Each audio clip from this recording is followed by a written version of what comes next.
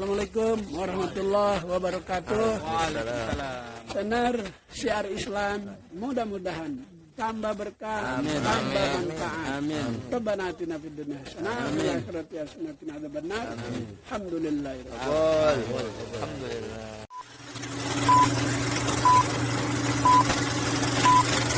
Tapi keinginan saya tentu bukan sekedar silaturahim gagah-gagahan diceluk Gus.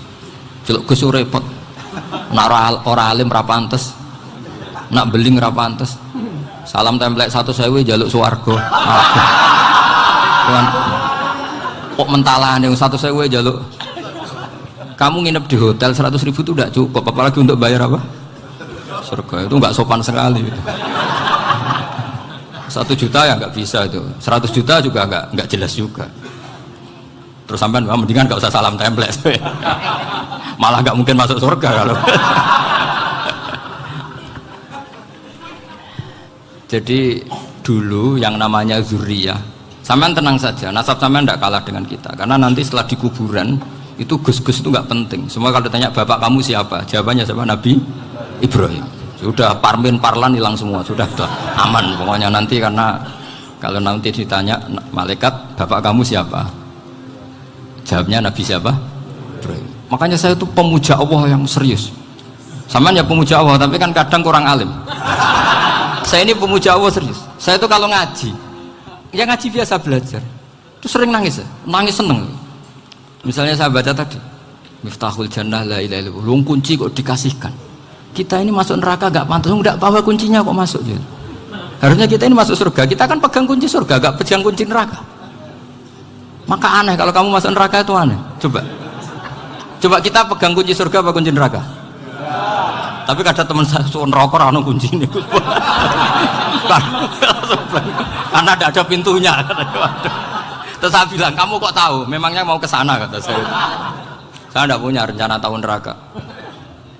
Karena nanti di antara syafaatnya Quran itu orang kalau mau masuk neraka tidak jadi, ya nggak apa-apa ya, diatur sendiri. Jadi di antara syafaatnya Quran itu orang nggak jadi masuk neraka. Jadi syafaat itu ada 2, dari neraka diangkat ke surga, dan itu bisa lama itu. Tapi kalau syafaatnya Quran itu yang belum masuk neraka supaya nggak jadi masuk neraka. Karena neraka juga punya aturan, dia juga kena aturan fikih. Jadi, betul ini, saya ada guyon. Jadi kena konstitusi apa? Fikih. Sama tak ceritani syafaatnya Quran itu. Ada orang itu beling itu fasik. Itu dihafal surat Tabarok. Hafal betul. Tabarakalladzi biyadihil mulku wa huwa ala kulli syai'in qadir alladzi khalaqal mauta wal hayata. Pertanyaannya gini, boleh enggak orang menginjek surat Baqarah? Boleh enggak? Enggak. Padahal orang hafal Quran itu artinya ayat itu ada di hatinya. Fa inna wa ta'ala la yu'adzibu qalban wa al-Qur'ana. Allah tidak akan menyiksa hati yang menyimpan Quran, yang jadi flash disknya Quran, yang jadi rekaman Quran. Singkat cerita orang ini hafal. Pas ketemu Mungkar Nakir prosedur kan, ini orang fasik mau diantemin sama Mungkar Nakir. Prosedur ya, dia kan prosedur standar. Si surat Tabarok akhirnya menjelma jadi seseorang yang gagah berani. Kamu nggak boleh nyiksa orang ini, saya ini kalamullah. Kalau kamu nyiksa dia berarti nyiksa saya. Kamu berani sama kalamullah? Wah ya tidak berani jadi Mungkar Nakir. Tapi orang itu nakal, harus saya gebukin. Tapi kata Quran tadi, tapi saya di situ pasti kena saya. Oh debat, nggak ada lajnahnya, ini nggak ikut. Kalau Gus Wirjon ikut jadi lajnah. Kalau jadi lajnah pasti kroninan, kalau santrinya dimenangkan nanti. Akhirnya debat. Ya sudah kita ketemu Allah. Akhirnya Mungkar Nakir sama Quran tadi surat Tabarok datang sowan sama Allah. Terus kata Allah, memangnya kenapa Mungkar Nakir? Saya harus nyiksa dia karena dia fasik ya Allah. Memangnya kenapa surat Tabarok? Saya ada di situ. Menurut aturan orang tuh nggak boleh injak-injak Quran. Kalau dia nutuk saya, nutuk Quran, itu harus dikasih tahu fikihnya Mungkar Nakir. Akhirnya Allah ngendikan gini ke surat Tabarok, ya sudah terserah kamu. Kalau terserah kula Gusti, Mungkar Nakir nggak boleh nyentuh orang ini. Ya sudah selamat.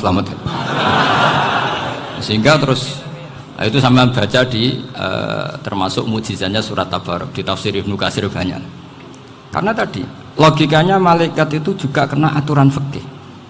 Sehingga banyak ulama termasuk Said Muhammad ngendikan pertanyaan mungkar nakir itu tidak semua orang kena. Kalau semua orang kena, nanti kalau tanya Nabi Muhammad, waman Nabi Yuga, kacau kan jamnya. Nabi kamu siapa? Lu saya ini Nabi. Ya kan? Lah nanti kalau pas ketemu Nabi Ibrahim, waman Abuka, jadi repot kan? Makanya ada kiai yang guyon kalau ditanya, Marebuka, saya ini guru tauhid sembrono. Saya ini ngajar Ummul Barohin, kamu tanya Marebuka. Masyhur itu keramatnya Imam Malik itu. Ada Ashabu Malik, rajulun min ashabi Malik, beliau ditanya mungkar nakir Marebuka manabiuka. Imam Malik datang, ini seumur-umurnya itu ngajar tauhid. Kok kamu bedai enggak sopan kamu. Dan kita berharap barokah sampean ngaji nanti itu. Yes. Malaikat itu anak sungkane gitu. Dan saya meskipun guyon itu serius. Bedanya orang alim sama ndak itu di situ. Kalau orang alim itu guyon itu masih bener, masih serius. Coba saya bacakan ayatnya. Ala inna auliya Allahi la khaufun alaihim wa lahum yahzanun. Terus lahumul busyra fil hayatid dunya fil akhirah. Artinya kalau mungkar nangkir dengan penampilan garang gitu, berarti ada ketakutan apa enggak? Ada. Padahal ciri utama walinya Allah tidak ada ketakutan.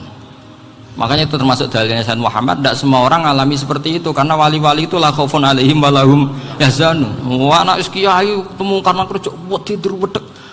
Iku rezeki ora kok pertanyaan tok nek konan santri piye. Lho isen wis kiai dihanjuti mau karena kerja. Malu gak kira-kira? Mesti pelengahan konan santri piye. Nak jawabannya gampang karena pernah ngajar tauhid. Makanya Sayyidina Ali ini cerita ini ada di kitab Nurul Dholam, sama di kitab Nurul Dholam karangannya Syekh Nawawi Banten. Itu Sayyidina Ali itu ya, andekan orang biasa mungkin ya agak-agak hasut, tapi ini wali gak boleh kamu katakan hasut. Dia itu mangkal sama Umar. Orang kok setiap orang pernah dibentak, apa dia berani bentak mungkar nakir? Penasaran dia. Bagaimana perangnya Umar itu berlanjut enggak gitu kira-kira. Akhirnya minta, ya Allah saya minta kasyaf. Ya karena yang minta Sayyidina Ali karena mau wajar dituruti sama kasyaf. Dilihat Sayyidina Umar pas meninggal itu. Jadi hasud itu ya kadang penting asal baik. Loh betul bahasa Kanjeng Nabi kadang la hasada illa fisnaten. Itu Nabi bahasakan ya hasad. Gus Firson aja yang nafsirkan ghobtoh itu kan gaya-gayanan sebagai ulama. Aslinya Nabi ngendikannya itu la hasada illa fisnaten. Ulama yang ganti itu namanya ghobtoh.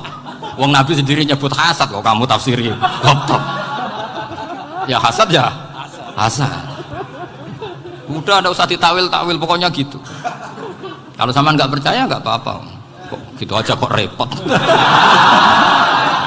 Karena sama nggak percaya kemungkinannya dua. Satu nggak ngerti. Dua sama-sama alim kan dari awal kalau sama-sama alim kan laisa li alimin ayuqallida aliman akhir. Kita nggak perlu saling mengikuti. Ngapain hasud? Biasa aja. Akhirnya Sayyidina Ali kasut. Pas Umar bangun. Setelah mati kan bangun, setelah meninggal bangun. Mungkar nakir datang dengan perang yang sangat garang. Itu digambarkan Sayyidina Ali matanya itu kalkidril ghali. Kayak apa? Kendil yang apa? Menganga. Wah seru.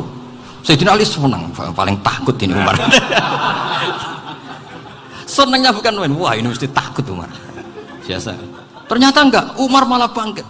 Woi mungkar nakir ya. Kamu tahu menghadapi siapa?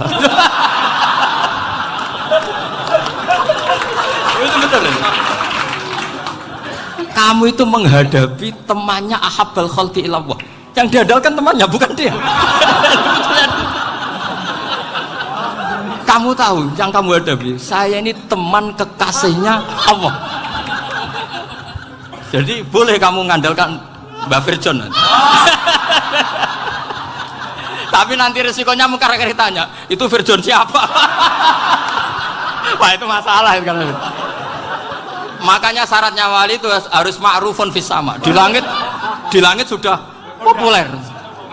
Makanya dulu ada orang yang saking seninya Abdul Qadir ditanya apa saja jamnya Abdul Qadir Al-Jilani itu aman karena beliau populer. Makanya program kita harus populer dulu di langit. Nah, itu nanti kalau dicatut oleh santri-santri nggak apa-apa. Kalau nggak populer nanti dicatat itu siapa? Masalah ini. Umar itu yang dibanggakan itu, kamu tahu saya siapa? Ya enggak tahu, saya ini temannya kekasihnya Allah. temannya Muhammad. Iya, Muhammad Rasul. Wah, mikir, waduh, repot. Loh, di dunia aja gitu kan, temannya presiden, temannya panglima, apalagi ini temannya Sayyidul Awalin wal Akhirin. Di dunia aja bilang temannya presiden, menteri, orang sudah takut, apalagi ini temannya Sayyidul Awalin. Hanya makan nakir terus konfirmasi sama Allah, gimana ya Allah ini ngadepi. Sebetulnya yang diadalkan itu temannya, bukan dia. Wah, akhirnya sama Allah dibilang, ya bu, ya sama seorang seperti itu bu yang sopan. Terus semenjak itu Mungkar Nakir itu nggak selalu berpenampilan seperti itu, sangat. Jadi semoga itu konsisten sampai nanti. Jadi kamu kalau ingin nggak takut Mungkar Nakir, jadi wali dulu. Karena syaratnya tadi hanya wali sing la khaufun alaihim wa lahum yahzanun lahumul busyra fil hayatid dunya fil akhirah. Jadi orang itu kalau ngaji itu harus khatam. Jangan semuanya kena pertanyaan. Nanti kalau semuanya kena pertanyaan nanti repot. Kalau Nabi Muhammad ditanya waman Nabi juga. Nabimu siapa? Lu kan terus jadi aneh. Jadi makanya ngendikane Sayyid Muhammad semua ulama lah, nggak ada am kecuali ditaksis.